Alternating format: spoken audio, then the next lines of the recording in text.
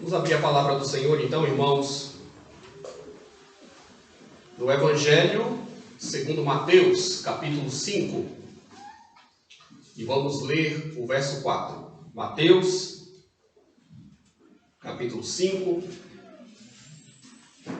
versículo 4.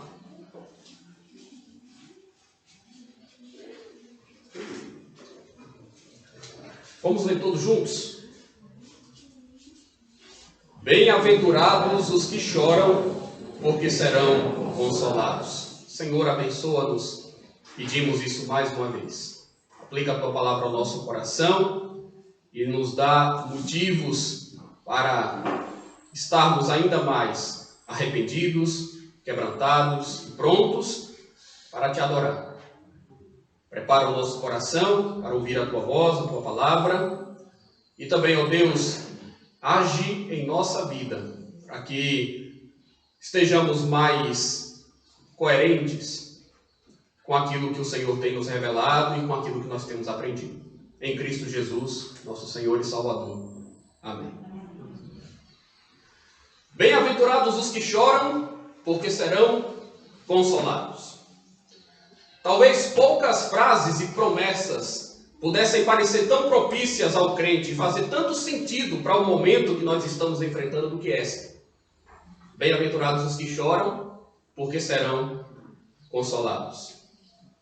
Meus irmãos, o choro faz parte das experiências humanas. Nós conhecemos bem as sensações e os sentimentos que nos levam a derramar lágrimas. E por muitos motivos isso pode acontecer. Porque, afinal de contas, as dores nesse mundo são múltiplas. E às vezes as sofremos de forma simultânea. A morte, a doença, a saudade, a decepção, a pobreza, são coisas que fazem os homens sucumbir, desanimar e até mesmo, em alguns casos, desesperar.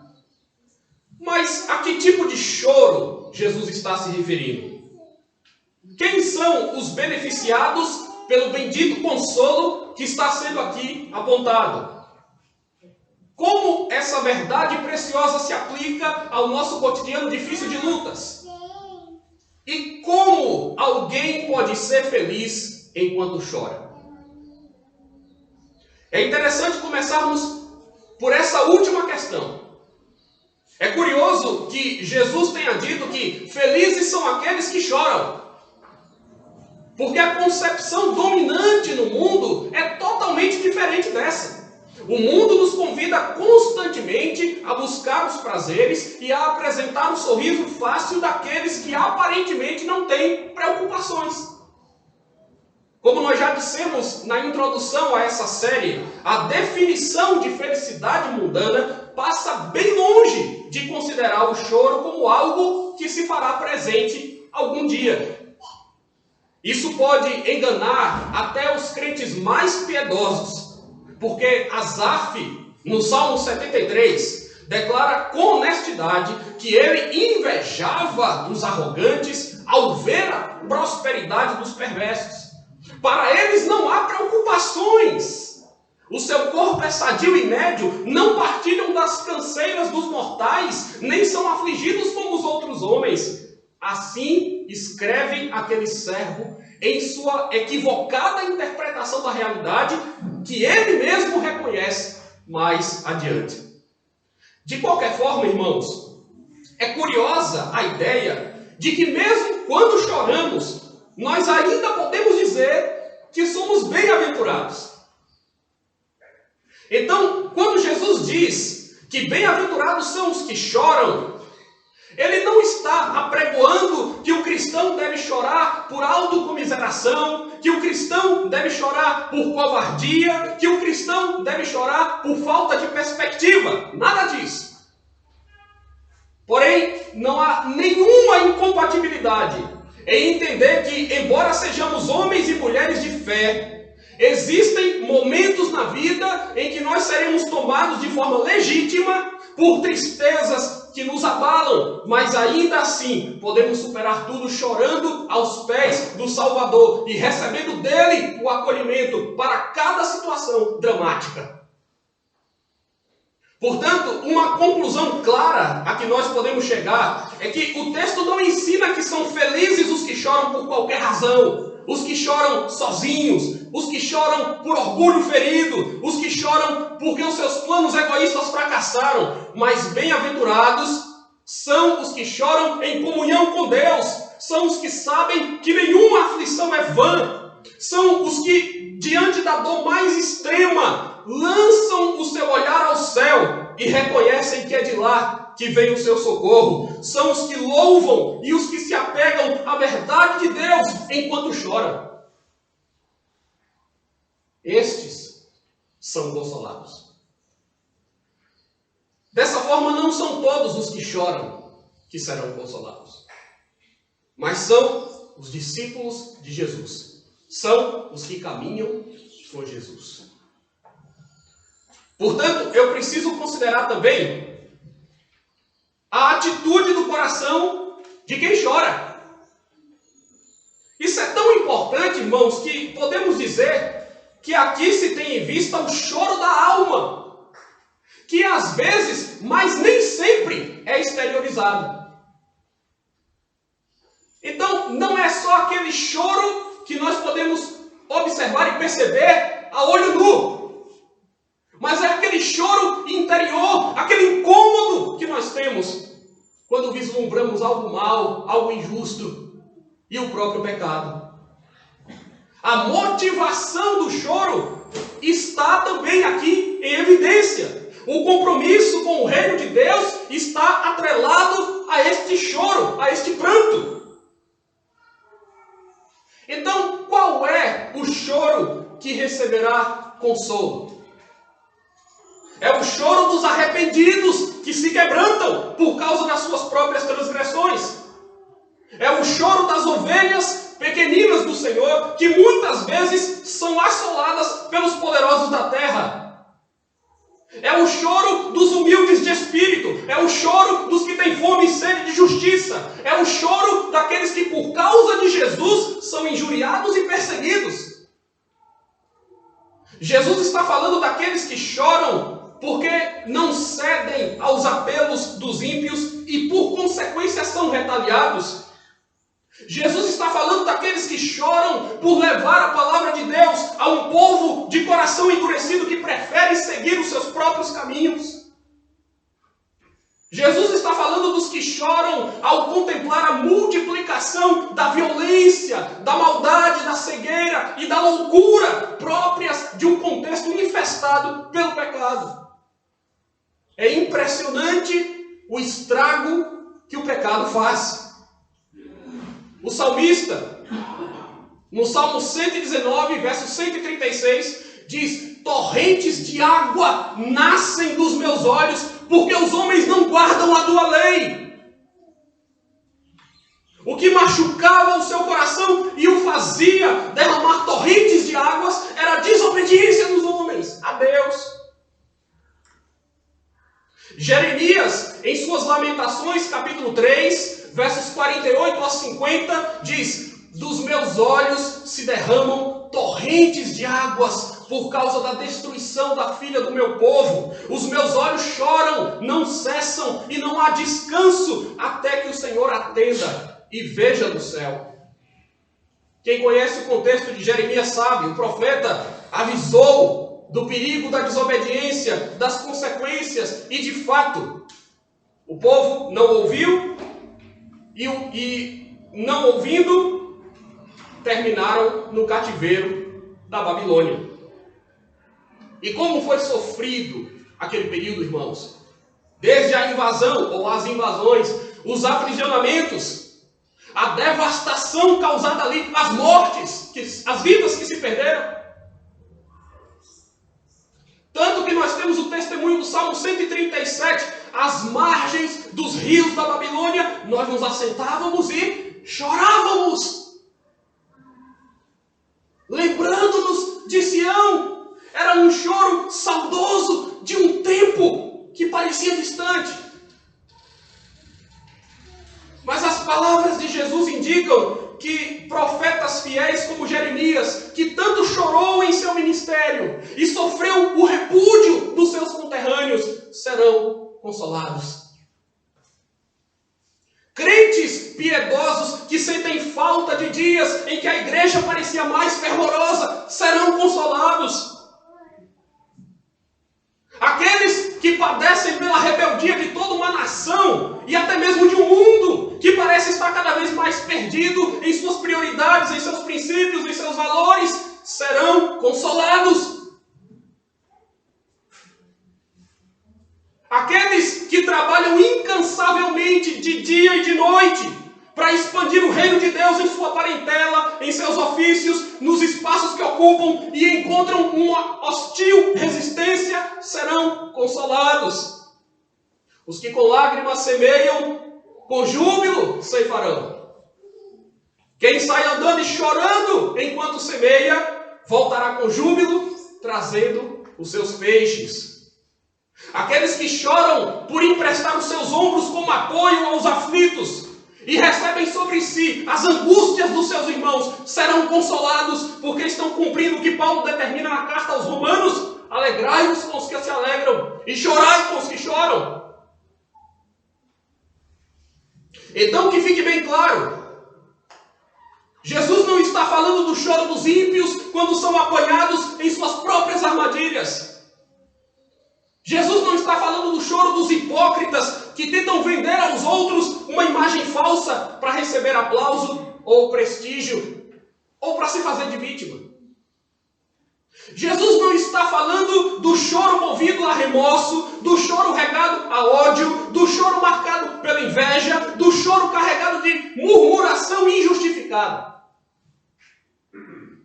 Em outras palavras, irmãos, Jesus não está falando de quem chora, por exemplo, como Esaú. O autor da carta aos Hebreus diz que não deve haver entre nós algum impuro ou profano como foi Esaú, o qual por um repasto vendeu o seu direito de primogenitura. Pois sabeis também, diz o autor da carta, que posteriormente, querendo herdar a bênção, foi rejeitado e não achou lugar de arrependimento, embora com lágrimas o tivesse buscado. Notem que as lágrimas de alguém que foi prejudicado por sua própria insensatez não necessariamente implicam em arrependimento e, portanto, tal tristeza não é automaticamente afagada pelo consolo divino. É um erro perigoso pensar assim, que todos os que sofrem, que todos os que choram serão consolados. Depende. Qual é o motivo do choro, do sofrimento? Qual é a razão? Qual é a motivação? O que é que nós temos no nosso coração quando choramos? Quando sofremos? Se você quer ter o consolo de Deus, seu choro não pode ser por um tipo de descontentamento amargo. Não pode ser por um capricho do tamanho de um prato de lentilhas. Não é o choro de Esaú, mas é o choro de Pedro. O apóstolo Pedro cometeu um terrível erro ao negar o mestre por 3 vezes. Mas quando ele se deu conta da sua atitude abjeta e das palavras de Jesus, pouco depois de celebrarem a Santa Ceia, ele sente a sua alma esmagada e com sincero pesar ele chora amargamente. Deus o consolou, providenciando a sua restauração. O choro que receberá o consolo de Deus também está exemplificado na experiência do apóstolo João. O livro de Apocalipse diz que João teve uma visão de um livro selado com 7 selos, enquanto um anjo forte proclamava em grande voz: quem é digno de abrir o livro e lhe desatar os selos? E eu chorava muito, dizendo, porque ninguém foi achado digno de abrir o livro e nem mesmo de olhar para ele. Eu chorava muito. Mas então algo interrompe o seu choro. Ele escreve: todavia, Um dos anciãos me disse: não chores. Eis que o leão da tribo de Judá, a raiz de Davi, venceu para abrir o livro e os seus 7 selos. Sabem o que é que nos faz parar de chorar nessa vida, irmãos? A consciência de que Jesus é digno. A consciência de que Jesus venceu. A consciência de que o livro da história está nas suas mãos e Ele governa o mundo com propósitos para tudo quanto acontece. Ele governa. Nós até podemos chorar quando vemos a tragédia da rebelião contra Deus em todos os lugares, mas nós somos consolados ao saber que Jesus em breve imporá o seu domínio completo sobre tudo. Lembro-me também de quando a viúva de Naim seguia desolada por um acontecimento com uma multidão, pronta para enterrar o seu filho, o seu único filho. Mas há algo que interrompe aquele cortejo fúnebre.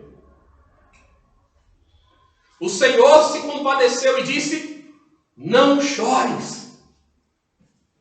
Ele tocou o esquife e ordenou o rapaz que se levantasse. O que estivera morto se sentou e passou a falar. Sabem o que é que pode interromper o nosso choro? O fato de Jesus cruzar o nosso caminho. O fato de Jesus se compadecer de nós em nossas fraquezas. O fato de Jesus ter conhecimento do que nós precisamos sem sequer a necessidade de expressarmos, de dizermos palavra alguma. Isso nos consola. Um dia Jesus foi a um jantar na casa do fariseu Simão. Uma mulher prostituta ficou sabendo disso e foi até lá, levando um vaso de alabastro com unguento, mostrando profunda devoção, completamente ferida pelo mal que praticou ao longo do tempo. Ela regava os pés do Salvador com as suas lágrimas. É isso que diz o texto. Imaginem os irmãos, o quanto ela estava chorando, a ponto de lavar os pés de Cristo com as suas lágrimas. Porque o pecado gera um volume alto de lágrimas quando nós sabemos ou nos conscientizamos do que é o pecado, do que o pecado fez conosco, ou do que Deus precisou fazer por nós para nos livrar dessa condenação. E o texto diz ali também que ela enxugava os seus pés com seus cabelos, ela beijava os seus pés e os ungia com unguento. Aquela mulher não dizia uma palavra, mas o seu gesto foi eloquente. Por isso Jesus perdoou os seus muitos pecados, dizendo também: a tua fé te salvou. Vai-te em paz. É num momento assim, meus irmãos, que o nosso choro pode sofrer uma grande transformação. De repente, ao sermos tocados pelo amor de Jesus, nossas lágrimas passam a ser estimuladas muito mais pela gratidão, pela maravilha do perdão que nós recebemos, pela contemplação da misericórdia que devolve para nós o anelo do céu, que sem Cristo estava perdido. Nos humilharmos aos pés de Jesus faz muito bem para a nossa alma. Humilhai-vos, diz Tiago, na presença de Deus, e Ele vos exaltará. Eu ainda quero pontuar que podemos aprender muito sobre a legitimidade do choro, considerando as 2 vezes nos evangelhos em que Jesus chorou. A primeira dessas ocasiões é em Betânia, lugar em que viviam 3 irmãos, Lázaro, Marta e Maria. Lázaro morreu e Jesus chega na região após 4 dias em que ele havia sido sepultado. Mas as duas irmãs ainda estavam muito condoídas, muito sentidas. O texto diz que ao ver Maria chorar, e bem assim os judeus que a acompanhavam, Jesus agitou-se em seu espírito, comoveu-se e chorou. O que é curioso é que Jesus estava prestes a fazer Lázaro ressuscitar. Mas ele chora mesmo assim. Porque, meus irmãos, embora o Filho de Deus estivesse prestes a trazer Lázaro de volta à vida, a sua comoção se dá ao ver o quanto nós podemos ainda sofrer em um mundo imperfeito, um mundo que está bem diferente do que Deus criou, um mundo que está bem diferente daquele que virá, um mundo no qual ainda temos que enfrentar eventos muito tristes. Quanta tristeza no mundo! Quanta desgraça no mundo. Jesus conhece a nossa dor. Jesus se identifica conosco. Ao ver Maria chorar, ele chora.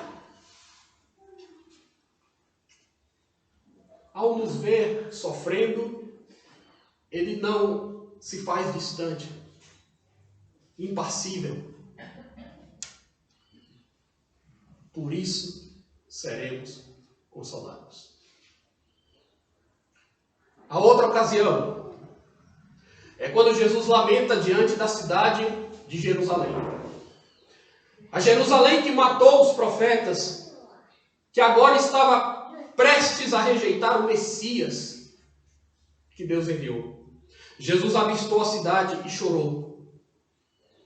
Jesus sabia a condição de miséria espiritual de muitos que ali estavam e o castigo que viria logo adiante. Ele disse: se conheceras por ti mesma, ainda hoje, o que é devido à paz, mas isso está agora oculto aos teus olhos. Pois sobre ti virão dias em que os teus inimigos te cercarão de trincheiras, e por todos os lados te apertarão o cerco, e te arrasarão, e aos teus filhos dentro de ti. Não deixarão em ti pedra sobre pedra, porque não reconheceste a oportunidade da tua visitação. Jesus olha para a cidade de Jerusalém, vê a condenação da cidade, vê o juízo que vai se abater sobre ela e chora. Jerusalém, Jerusalém. Você não se entristece ao ver a dureza do coração humano e o quanto os homens estão dispostos a se enganarem? Ao perceber que as pessoas deliberadamente ignoram a voz de Deus, não importa quantas vezes você fale, ou quantos sermões elas ouçam, não causa consternação para nós observar o quanto que Deus é ofendido por aqueles que têm a oportunidade de mudar, mas escolhem a sua própria ruína. Tome cuidado, não brinque com aquilo que é sério. Aqui você está sendo convidado a chorar ao pé da cruz, para não incorrer em desgraça, para ser consolado. Bem-aventurados os que recebem o consolo de Deus. E não troque o consolo de Deus pelo autoconsolo, pelo consolo que outro, ou que alguma outra coisa você acha que pode te dar. Porque há pessoas que estão feridas, magoadas, mas que querem afogar as suas feridas e mágoas em outros lugares, em muitas coisas. Se enganam. Bem-aventurados os que têm o Espírito Santo como Consolador Supremo. É maravilhoso sabermos, meus irmãos, que a terceira pessoa da Trindade é reconhecida justamente pelo fato de ser o nosso Consolador. Bem-aventurados aqueles que recebem o conforto do alto. Quando Jesus estava em agonia no Getsêmani, lhe aparecia um anjo vindo do céu que o confortava. Quando também estamos em agonia, Deus ministra ao nosso coração e nos apacenta. Charles Spurgeon, comentando essa passagem, diz o seguinte: que estes homens bem-aventurados se doem pelo pecado e são provados pelos males dos tempos. Porém, para eles é providenciado um futuro de descanso e alegria. Os que riem se lamentarão, porém os que são afligidos cantarão. Que grande bênção é a aflição, pois ela concede espaço para que o Senhor administre consolo. Nossas aflições são abençoadas, porque são os nossos pontos de contato com o Consolador Divino. A bem-aventurança é lida como um paradoxo, mas é verdadeira, como muitos de nós podemos testificar. Nossas horas de lamentação nos proporcionam mais consolo do que os nossos dias de júbilo. Por fim, eu preciso lhes dizer uma coisa muito séria. Existe um céu e um inferno. E os homens todos, sem exceção, passarão a eternidade em um desses dois lugares. Nós não temos numerosas informações sobre o inferno e nem sobre o céu. Embora saibamos o essencial, o mais relevante que Deus quis nos revelar. O inferno é um lugar de castigo e sofrimento eterno. O céu é um lugar de bênção e galardão eterno. Mas é destacável a relação que a Bíblia faz desses dois lugares com o choro. E é aqui que eu quero ficar. Porque Jesus diz: bem-aventurados os que choram, porque serão consolados. Ao fazer uma breve descrição do juízo final, Jesus disse que na consumação do século, mandará o Filho do Homem aos seus anjos, que ajuntarão do seu reino todos os escândalos e os que praticam a iniquidade, e os lançarão na fornalha acesa. Ali haverá choro e ranger de dentes. Então os justos resplandecerão como o sol no reino de seu Pai. Vocês ouviram isso? Choro e ranger de dentes. Jesus disse que o inferno é um lugar de choro e ranger de dentes. No inferno, as pessoas não estarão felizes. No inferno, ninguém é bem-aventurado. No inferno, as pessoas choram para sempre. E elas não terão consolo. Nem um minuto de conforto. E eu preciso dizer isso com toda seriedade. Ir para o inferno é uma coisa grave. E se você não tiver a consciência disso, você corre um seríssimo perigo. Vejam só. Chorar de tristeza por algum tempo é algo ruim, não é? Como é que você se sente? Tente imaginar aquele dia mais triste que você já viveu. É péssimo ir dormir chorando ou acordar chorando naqueles dias em que o peito parece que está se rasgando. Agora, imaginem experimentar isso de forma interminável. Sem intervalo. Sem uma gota d'água para aliviar aquele que está em chamas. E um pavor sem fim, gritos sem fim, choro sem fim. Sem fim. Então, mais uma vez, como dissemos no início, não pensem, irmãos, que Jesus aqui está ensinando que bem-aventurados são todos os que choram porque serão consolados. Não. No inferno, as pessoas vão chorar. Vão chorar intensamente, copiosamente, sem consolo algum. No inferno, as pessoas recebem o juízo de Deus, não o consolo de Deus. O juízo, a ira, não o consolo. Fuja desse lugar tenebroso e venha chorar arrependido aos pés de Cristo. Para que você possa ouvir dele: perdoados estão os teus pecados, a tua fé te salvou, vai em paz.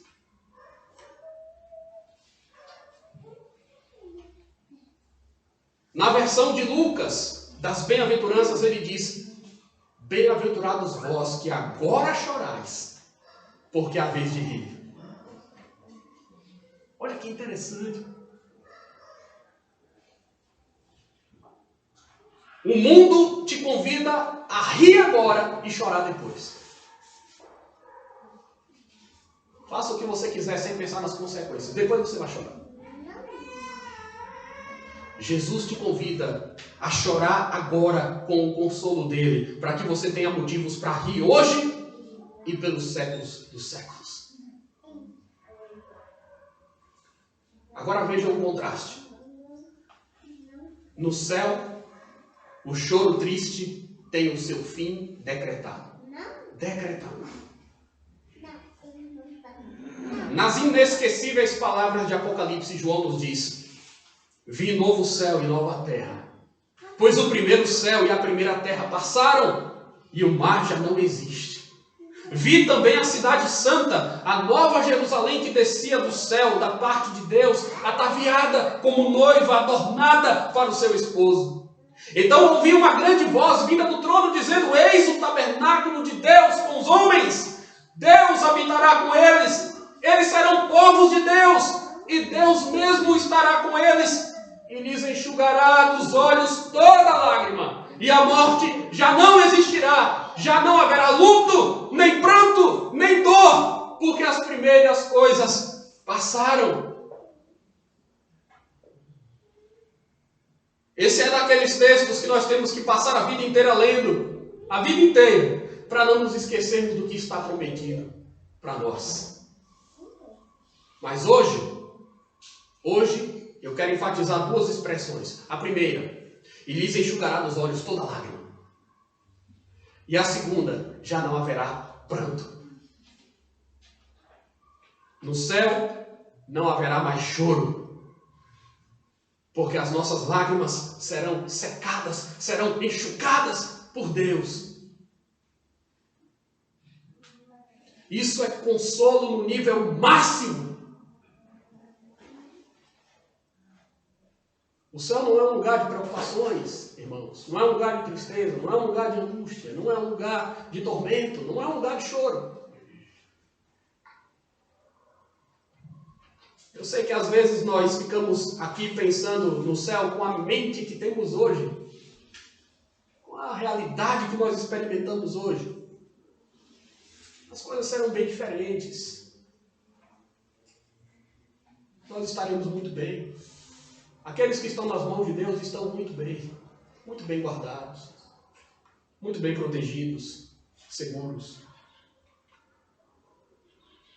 Aqui sim, é dito que todos os crentes, que todos os discípulos de Jesus que choraram por causa do pecado e quaisquer que sejam as suas consequências, serão consolados. Todos os crentes que choraram por causa do luto, por causa da dor, por causa das turbulências de um mundo corrompido, estarão ao lado daquele que fará novas todas as coisas. O Alfa e o Ômega, o princípio e o fim.